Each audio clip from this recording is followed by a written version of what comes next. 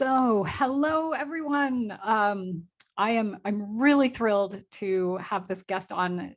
Stacy Scheel-Hirsch is a very dear friend of mine. I am so fortunate to get to know her and collaborate with her in a few different areas. And I'm really excited to talk to her. She is just, she has so much knowledge in so many areas in the field of healthcare and resilience. And so Stacy is a resilience coach. She's an organizational wellness consultant and a trauma-informed mindfulness teacher. She is the founder of More Voices, LLC, a launch pad for creative projects and collaborations that aim to help the world live a more inspired story. Her projects include Life Takes Practice, which provides individual and workplace experiences for mindful, resilient living, and Pilgrimage Inside, an online free weekly meditation group. She's also the co-founder of Cultivate Retreats, a writing and meditation retreat for women. And additionally, she facilitates nervous system retraining groups through Fix Your Fatigue for people living with fatigue who want a comprehensive approach to optimizing their energy. Although an introvert who loves solitude, Stacy enjoys bringing people together, creating experiences, and being in connection. So Stacy, thank you so much for being here. Thanks for having me. I'm very excited to be here and talking about some of the things that we enjoy talking about together. Yes, we have spent many, many hours that haven't been recorded. I wish we could have gone back in time and recorded so many of our conversations. Yeah. You know, just reading your description, your bio, I wanted to highlight all these different areas because I know that we could dive so deep when we're talking to caregivers, our listeners, in all these different areas. So maybe we could just start out. I'd love to just kind of pick your brain on, I know that you're doing some recent work on something that's called resourcing. Mm-hmm. And I've been really curious myself about that. And I maybe just tell us a little bit about what is resourcing, what's the work that you're looking at, and yeah, how that might look for somebody who is caring for someone else and the stresses they might be experiencing. Absolutely. Yeah. Well, and I'll give you a little bit and then you can kind of We'll have a conversation. Yeah, because I think it's a big topic and I want to acknowledge that from the start that it's a large topic, but let's jump in and see, what happens. So for me, the resourcing part is linked to the trauma-informed piece and also the resilience work. And to define it more, I think it's lately what I've been thinking is it's another way of saying self-care, but it's almost more acceptable. I think people have had for a long time an issue with the term self-care. They find it difficult to understand what it means and why they want to do it. And it feels a little bit like indulgent. I love that you bring that up. That's something I am constantly trying to find another word for. I feel like it is a word that's kind of overplayed, and I love how you kind of touched on the fact that it feels like almost like it's a privilege for folks to experience this sort of self-care. I mean, how many caregivers are out there that do not have the luxury of slowing down or taking a moment to, quote, provide self-care to themselves? And so this is really great to just learn about this new term. Yeah. Yeah. And I think too, that people can also feel, especially in this culture, but other cultures as well, you can feel like it's failing. If I like self-care it's a form of failure, or I'm ashamed that I need care. Not everyone needs care. Why do I need care or self-care? And so I also, when I work with people, sometimes that comes across as well.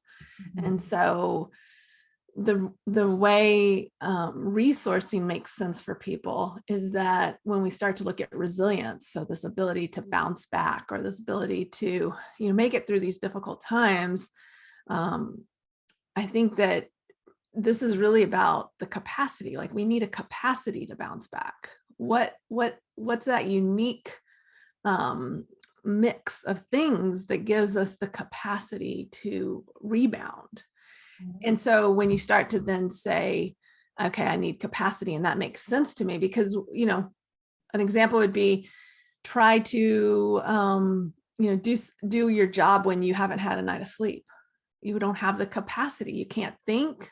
You might be falling asleep physically. You might be more emotional. So you've lost your capacity because you lost a night of sleep. So it starts to make more sense. Like, oh, I do need a certain amount of capacity to live life.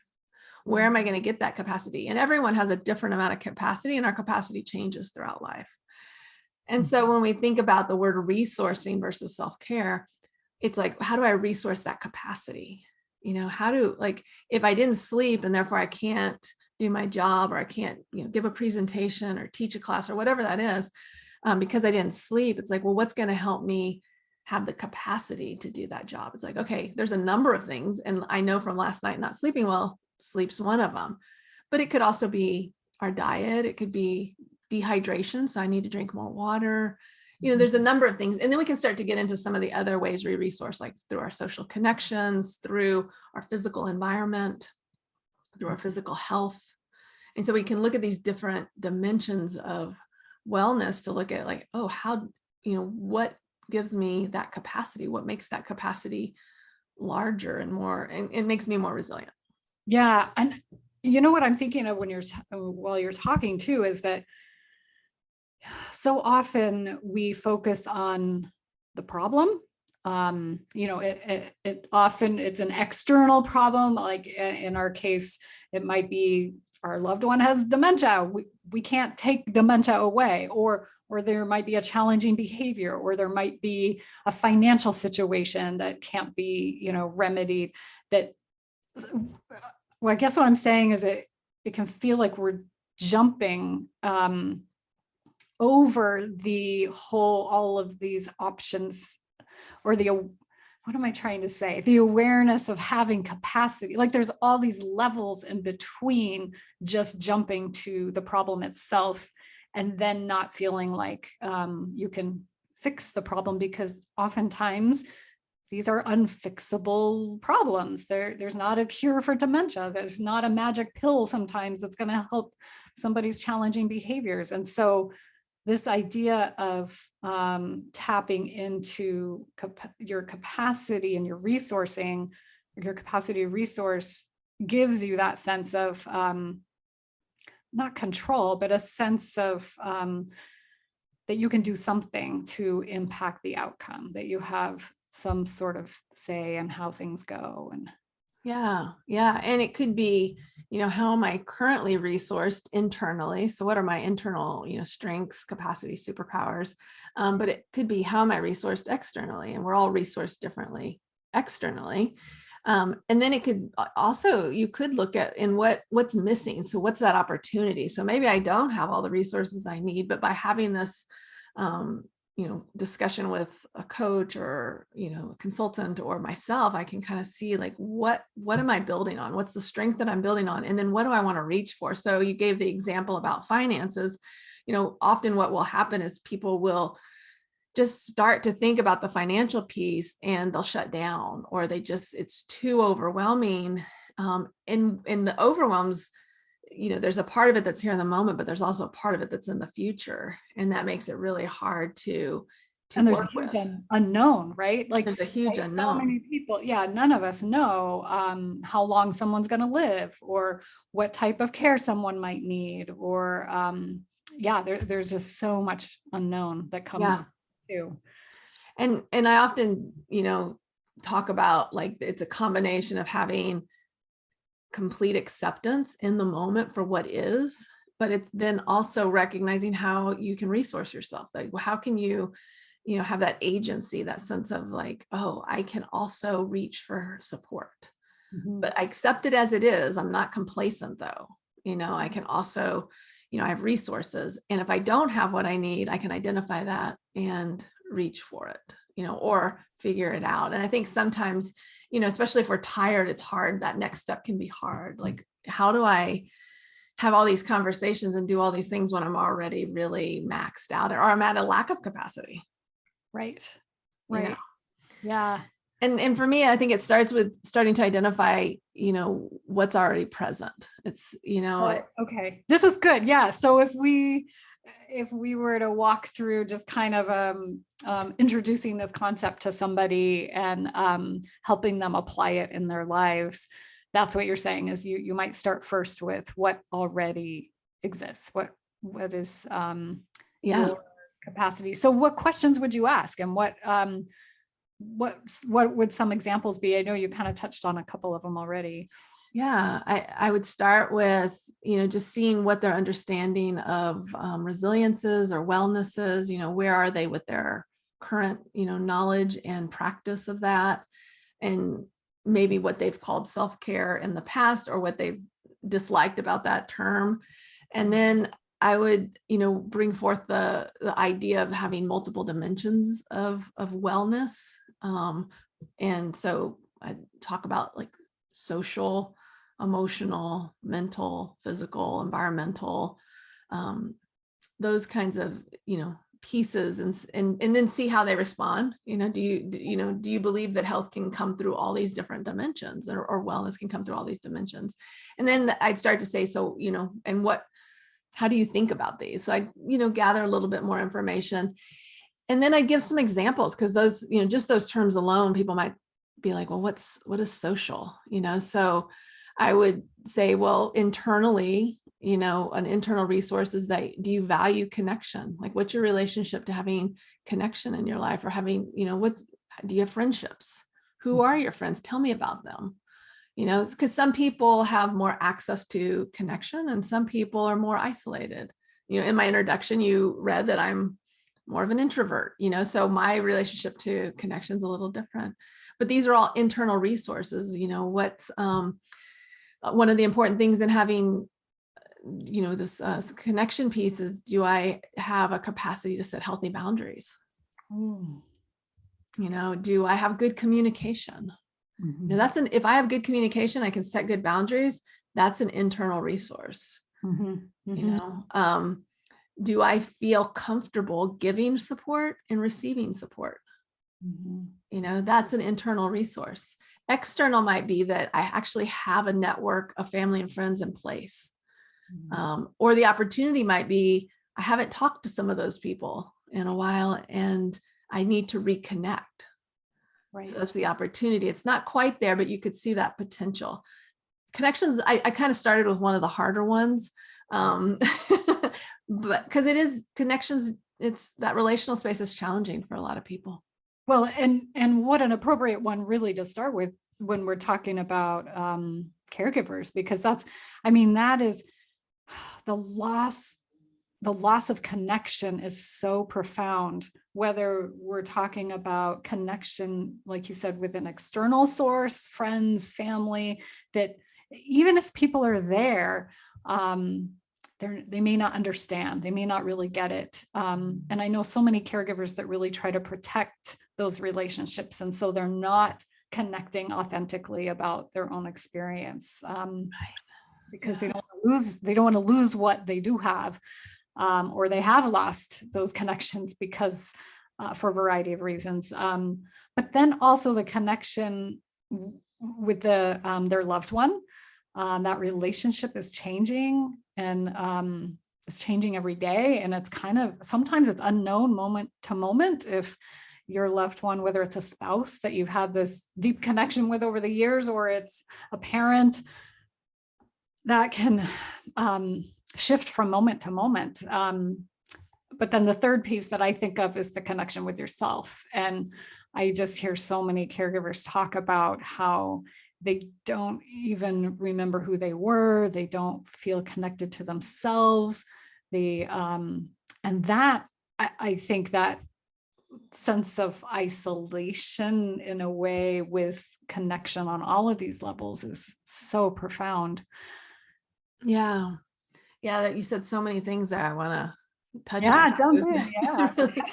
Well, we'll see what I remember, but I think first I was thinking diversity of connection, that you want kind of a diverse support group, and that might be people that are within already your family and friends network. But I've also worked with people that they found amazing support through the groups they found after, a diagnosis or after something emerged, and that they would access those groups as a form of external resourcing, and it changed their lives, but there has to be then a willingness to, again, coming back to internally, do I feel like I can receive support? What's my relationship to that? So much of who you already are is revealed by becoming a caregiver. It's just more intensified. Such a good point. Yeah. What I think of when you say that is this kind of overall trend that we see, that caregiver is the one who stepped up. The caregiver is the one in the family that did take responsibility. I don't know if there's been studies done, there probably has, but it just seems like those individuals are the ones that oh my gosh, my mind is going in all these directions. I'm thinking again, financially, they're the ones that are going to hurt financially and professionally. They're the ones that are sacrificing their own growth moving forward, whether that's they're the ones quitting the job or backing off or using their own money or using their own time or putting their own family, if they're raising families, their families are certainly being impacted too. And of course, there's a gift, there's a piece that can, in all fairness, we can reframe that as well. But yeah, these are such important points. Yeah. And I think the challenge with a conversation like this is like, we can feel all those different things, and you and I can continue the conversation even after the podcast is done. But it can be, a listener could hear this, and depending on their orientation to what we're saying, they could also dismiss it because we're not in a dialogue and we're not able to really discuss the nuances of different situations. But I would say, coming back to that piece of, caregiving, any kind of stressor kind of reveals who you already are. It's that intensity sometimes that brings those things to the surface or makes them unbearable. But if we look at some of the developmental trauma pieces, we go through our early life and we take on these, we adapt to our environment, we adapt to our family, and those adaptations, by doing that, there's certain things that happen. We disconnect from our lived experience, we override our needs, or we don't believe we have needs. We learn to not trust people, or we don't have good boundaries, or we just separate, like we don't have heart-centered experiences. So there's these ways that we adapt early on, and then we carry that into our adulthood. And for some of us, we just kind of go through life, and it's kind of in the middle. It's okay. It's not great. It's not bad.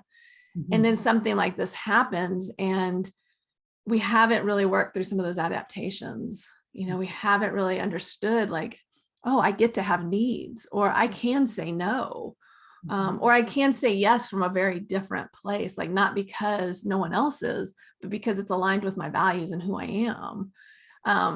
And so all of that, in a crisis, all of that kind of comes to a head. Yeah. I'm thinking about when you said we can choose to have boundaries, we can choose to say yes or say no, and I'm thinking about those folks that feel that they don't have a choice. Where do you have choice? I mean, that's something I just gave a talk about, or a portion of the talk was about the point that we really do all have choice. We have choice in how we think about something or how we perceive something, or whether or not we want to reframe it or not. We have a choice if we're going to get out of bed in the morning or not. I mean, that piece of empowerment, I think that is really important for folks when they're in that level of, you talked about trauma. You brought up the word trauma, and this is something, actually, I'm kind of pivoting a little bit here, so sorry. can you speak a little, when you talk about being trauma informed, or I want our listeners to really understand why it might be important to recognize or understand what trauma is or what it means and how that might be impacting their life during a time of high stress, like in a caregiving role. Yeah. Yeah. Yeah. And I'll come right back to that, but I want to say that piece, Okay. I really like that piece that you just said about about looking for choice, like seeing where we do have choice.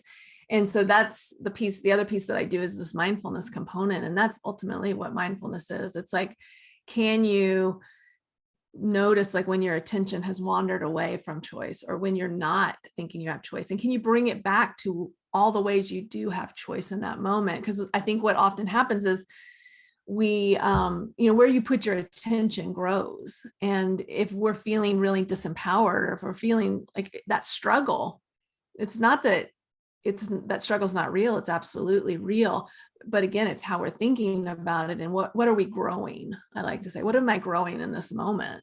What are you feeding? What am I feeding? And what's growing from that? And so so I think that's just really important piece of it, is that we can it's we're able to talk about it kind of removed here, because we're having this discussion in the moment. It's much harder to do that when we're activated, and that kind of gets to the trauma piece that you then brought up. And so there's ways that we get triggered or activated, and in a situation like a caregiver situation where we don't feel like we have choice, that could be a trigger. It could bring things up, again, things that maybe have always been there. Mm-hmm. But it's when it's in these really tense situations that they become more vivid. You feel, I know I've had my own idea about this too. Do you feel that all of the stuff that gets activated is from a past experience or a past trauma? What are your thoughts about that? When you say everything that gets activated, what? Well, I know that's kind of not a very well-formed question, but I'm thinking about an individual who might be put into a situation in which they have not ever been in before. And so it is completely new. It's not like they can go back in time and say, oh, this reminds me of when I was little, or, this thing happened to me. And as I'm saying that, I'm recognizing that it isn't about what's happening to you or the experience that you're living. It's the emotional experience that might be of the same flavor as a past experience. And so beautifully said. Okay. You're making my job easier here. Like, I just think it's, it's good to talk about that, how is that really the case? Is it not? Is it, where is life just hard or sucky, or and maybe you have never felt that way before. There has never been an experience where these emotions, these raw emotions that are coming out. And so how do you categorize that as trauma because it hasn't happened in the past, or is it certainly doesn't mitigate or take away the intensity of the felt experience. And so if it is something new like that, there's an opportunity that I would think that to draw in some resources or draw into some resourcing to help with that. And so I mean, I think the part, and I don't know how much we can get into it right now, but I think the part I think about is, one, I think people have a very limited understanding of what trauma is, so it's not just the big shock traumas, like something, we often think of people coming back from war with PTSD. We think of that as trauma, or, there's the ACEs study for people who are familiar with the Adverse Childhood Experience study, which looked at, pretty significant sources of abuse and neglect. And that's what we think of trauma. Most of the time when I'm working with people, I'm talking about the ways that we adapt as children. So this more developmental So it can be those significant stressors in the family, but it can also be more subtle. And, it's likely that most people have had some form of that in their life. And that's the population that I really speak to, is kind of across the board. We've all experienced ways that we've limited who we are. We've made ourselves smaller at some time, at some point. And oftentimes, our nervous system's forming when we're children, when we're in our mother's womb. That's when our nervous system's forming, and our nervous system is what keeps us safe. It's what looks for cues of safety, and it's what lets us know when there's danger. And so there's the nervous system's forming when we're in the womb, and then when we're born, there's a significant amount of time that's pre-verbal. And there's, a time that we don't even remember, but our nervous system remembers. And then there's what happens after that. That's an important, concept. I don't think about that, but our nervous system. You hear that your body remembers, your cells remember. You hear that, you talk about that. But I love that example of the fact that your nervous system remembers, and your nervous system will respond also because it remembers without all the time. With many times your conscious mind is not aware or trying to go in a different direction. So the nervous system remembers, and the nervous system, the autonomic nervous system, is what is changing your physiology. And so for people who have experienced stress, I would, ask them, well, what did you experience? What was stressful? What did your body feel like? And some people might not even be able to, they're not even aware of their body. They're kind of out of the body.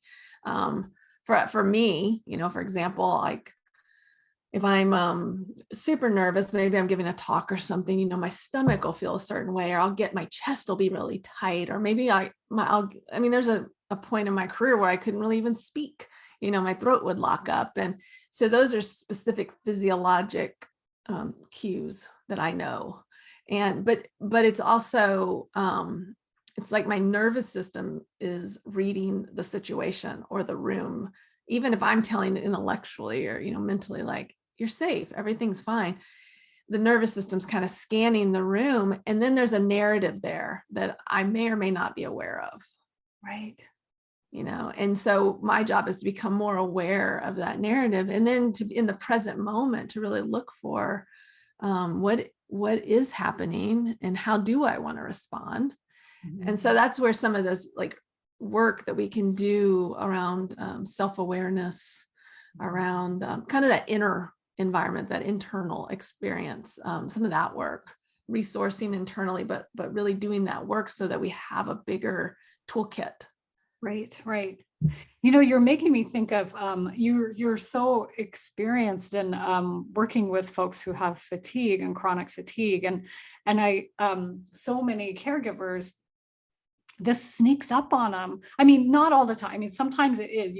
There's a diagnosis, there's huge change, there can be this event, right, that catapults people into their new life situation. And sometimes it's just this slow, subtle decline that you look back over the last couple of years or few years and realize, oh my gosh, my loved one has been changing slowly, and I've been continually adapting and adjusting to that. And then you find yourself suddenly tired and exhausted, and there wasn't this big event that you can just point your finger at to say, oh, that triggered my nervous system to go off. Can you talk a little bit about that piece, the fatigue? And yeah, absolutely. Well, as someone who had chronic fatigue, that was how it was for me. It was the slow, it seemed like all of a sudden, but when I looked back, it was like, oh, this has been, I would say it's been happening for a few years, but when I really look back, I'm one of those people that probably started in my mom's womb, and it was, again, that how the nervous system formed and the early cues and how I, felt, safe, or, there's danger in the environment. And so it was probably something that was happening for a really long time. And definitely, even if I didn't go all the way back to the womb, it was happening for a few, maybe 5 years. And I kept adapting. Like you said, that's the thing, is we adapt, we're adaptable. It's a brilliance that we have. But when we're doing it and we're not aware that we're doing it, it can also be our downfall. We can adapt further and further away from that kind of that energy, that life energy that we hold inside of us, that we call us. And so, yeah, I think that's often how it happens, is that we continue to adapt, and then, if a caregiver, now they're in that role of caregiver and they're fatigued, now it's their health as well. And so, going back to the start of our talk, that's their capacity. Now their capacity has been diminished, and they have more to take care of, because they're not only taking care of a loved one, they're taking care of themselves. Yeah. And they may feel that for obvious reasons, like the person they're taking care of, it's more important. So then they will not take care of themselves.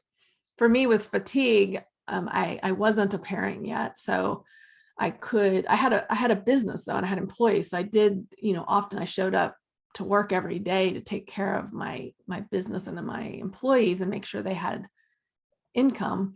But I also wasn't taking care of a little one at home like I, was later in life. So yeah, it can be a difficult, situation to be in. Yeah. I'm glad that you brought that up too, because that's something that we talk so much about. And I realize, again, it sounds like a luxury or a privilege to say, take care of yourself, put the oxygen on yourself first before, you care for your loved one. And I know caregivers out there, you hear this all the time.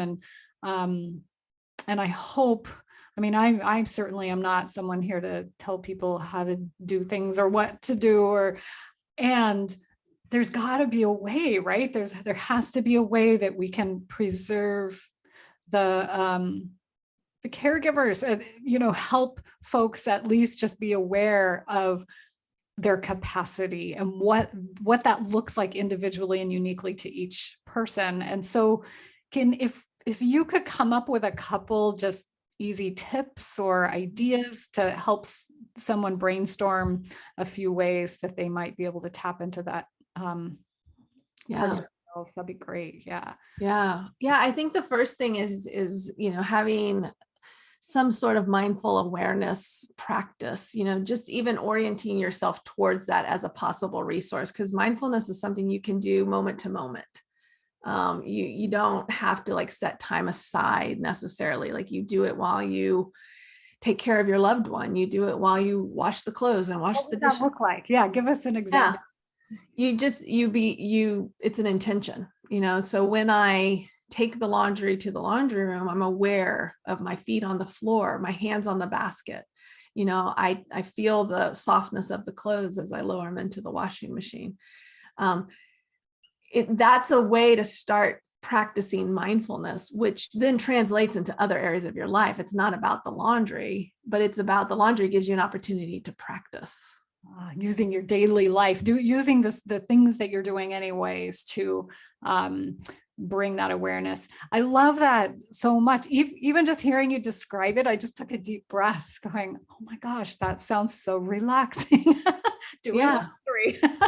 Well, and so why is it? It's because oftentimes when we're doing laundry, we're thinking of what we just did before we did laundry, and we're thinking about what we need to do next. And we're not even in this moment, which is exhausting.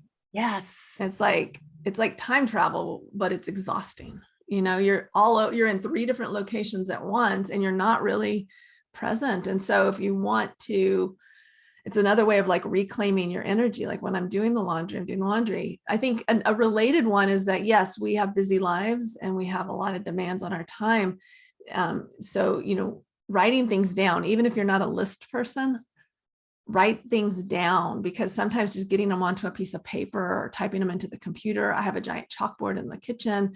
Just writing them down, that act alone can help you then let go enough to be more mindful. So when you're walking to the laundry, all those things are on the paper. You don't have to carry them with you to the washing machine along with your laundry. So even just that idea of you're setting those things down, you can feel the lightness.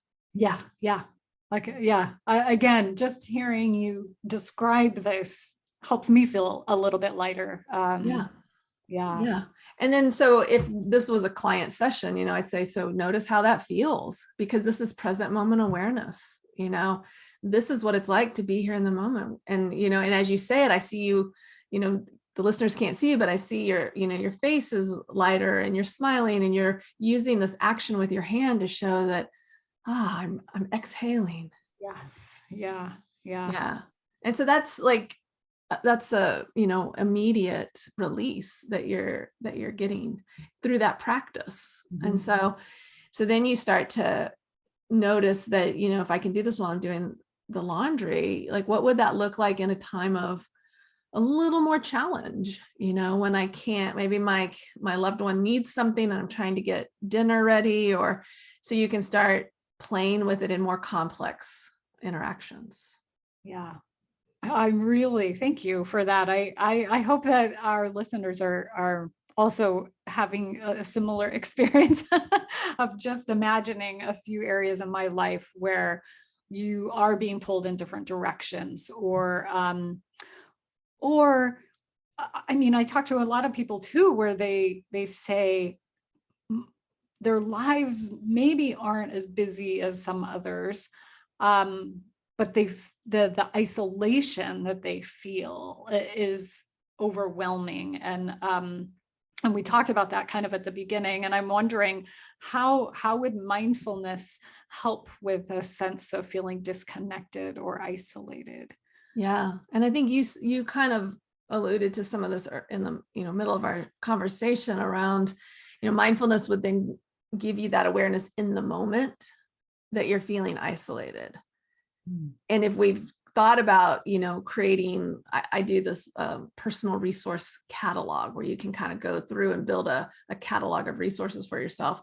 So if you've done that, it's like, okay, now I notice I'm feeling it in the moment. What are my internal tools? Am I disconnected from myself? Am I disconnected because my life looks different? Am I disconnected because I don't understand, who I am right now? Or am I disconnected because I haven't reached out to a friend, or I haven't heard from a family member? Did I skip my support group? What is the disconnect about? And so mindfulness would give you the cue that you're feeling something. You could also just acknowledge, like, yeah, I feel lonely. I feel isolated right now.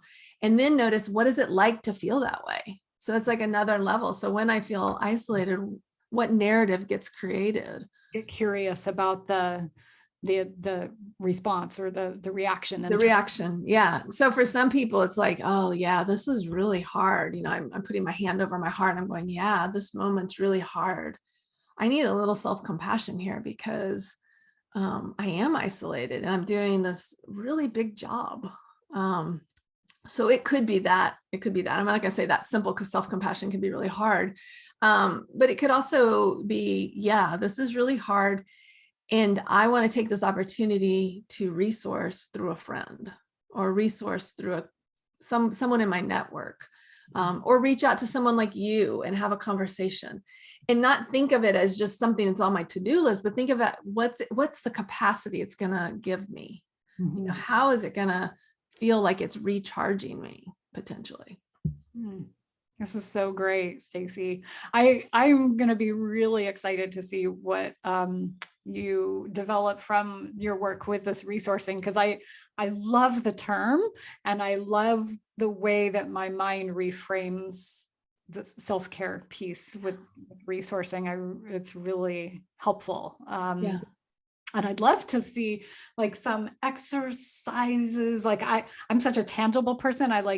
I'm visual. And so I love the idea. You talked about cataloging those resources. And so, yeah, I'd be curious how some of our listeners might think about how they might, what a catalog of resources might look like, or how they may tap into starting to pay attention to what that resourcing looks like. So yeah, let's do a workshop in the future and invite your listeners in. That'd be great. Yeah. Yeah. Yeah, you can do it in so many different ways. And one of my favorite ways is, to do it more as like an art project. So people who are more, artsy, but sometimes people, especially caregivers might not have time to get the paste out and, or find pictures online. And so the easiest way is to just do it through a conversation and through sharing. And you can do that, via Zoom. So yeah, let's do that. That'd be a lot of fun. And I think the other piece of this is just really, think of something in the world that doesn't require, resourcing, and how absurd it would be to not have it. So you can't build a building without resources. You can't build your house without materials, the resources. You can't, like, there's a number of things we can't do without things being resourced. Like weightlifters can't lift weights without working on their muscles, like resourcing through their strength. And so if you start thinking, find something that's really absurd that you would never expect someone to do without being resourced. And then you start to see like, oh, but I'm doing this really, really meaningful and important job and not expecting that I would need to be resourced. It's so, oh yeah, I love, one of the things I'm thinking of too is it's always easier to look at other people than yourself. And so pulling up examples of people that are people you admire, or people that that you respect, or and start to break down their abilities to cope, or their resourcing, and then put it back on yourself too. I mean, I'm always a big believer that we can't recognize certain traits in others that we don't also possess ourselves. Right. Yeah. I think that that's a way of self-reflection, is Yeah. to look externally and then bring it internal too. Yeah. Yeah. No, I love that. So you can also, you could look at someone who's doing it really well and then look at how they're resourced.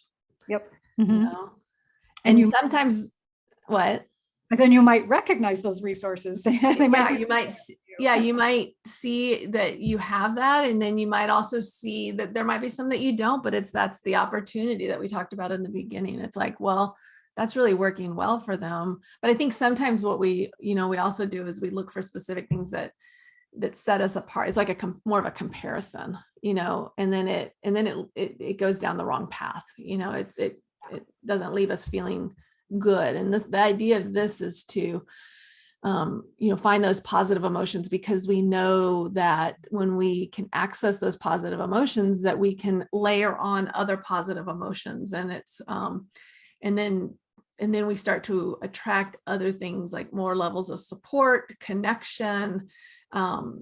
It just builds, so it's just really important to, I think that's the other piece. If you're looking for how to resource, that's why so many people in the past 5 years have talked about having a gratitude practice, because having a gratitude practice is a way of resourcing. And in the research, it shows, like, when you start to focus on what's working well, focus on how you feel blessed, that you're going to build other positive emotions, and that's what's going to attract what you need for further resourcing. Absolutely agree with that. That's something that I love to talk about, is that idea of rewiring your brain to look at what is working, what is going well, if you were to journal about anything, it's what went well today. And it can, you can find the simplest things, even if you've had the hardest day, and it just reprograms your brain, essentially, the more you do it. And I do this work with caregivers, professional caregivers that work in facilities, when they are getting frustrated with a certain resident or client that is maybe having some challenges. It's this training those caregivers to think about the challenge differently, to think about how to reframe it, to think about what did go well with your interaction, what did go well today for that resident, and it just like I said, reframes the whole challenge. And so, that's an important tool. Yeah. For sure. Yeah. And I think the other piece is, and what is the opportunity? So even if I can't, like maybe I struggle to find what went well, or maybe I can find it, but there's a particular behavior I'm struggling to reframe. It's like, well, what's the opportunity? And that might be internal. It might not be that this changes in some way. It's like, I'm going to learn greater patience. And that's actually a skill I really need. Yeah. So there's always this opportunity, but we might not really, I think oftentimes we're wanting something else. Like we think that it's if this goes away, I'll be happy. Instead of if I relate differently, I'll grow, learn, and change. It's like, yeah, I don't even want to look at that option. That's not what I want. I want it to go away and be different, which is fine, but just look at the motivation there, or look at what you're needing. Because it's difficult. There's something you're needing there. It might be understanding. It might be, a remedy or a fix. But then, that comes back to that piece of what is it that you need or want. And maybe it's not even conscious. It's just this like silent longing. Yeah. Oh, Stacy, we could talk for hours and hours, which we have. I've lost track of time already. I don't want to keep you too much longer. How can folks find out more about you? You do such amazing work, and it's made such an impact in so many people's lives. And so I know there's going to be people that are curious about how to learn more about what you're doing. So tell us. You can visit any of my websites. So lifetakespractice.com.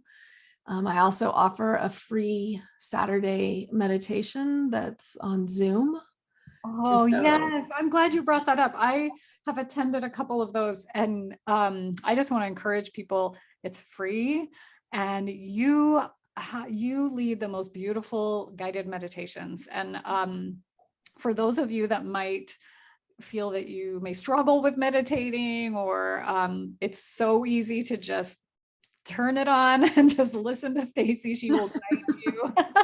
You'll always feel better afterwards. But thank you for bringing that one up. Can you say that again? Can you repeat how to find that? Yeah, so it's under Pilgrimage Inside on lifetakespractice.com.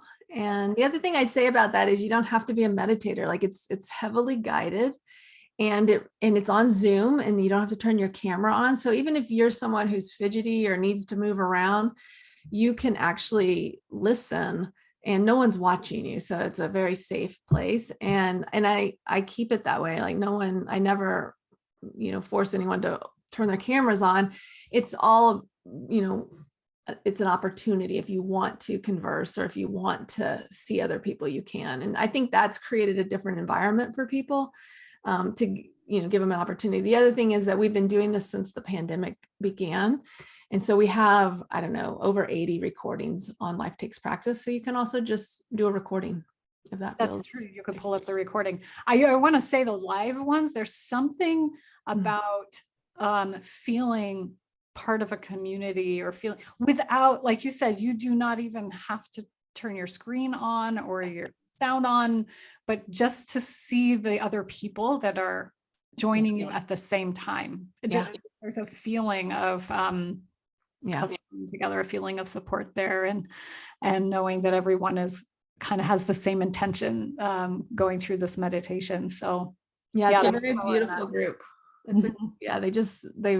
They've shown up together, and thank you for saying that, because I often feel it's less about me and more about this collective field that we're creating. And there are caregivers in that group. I know.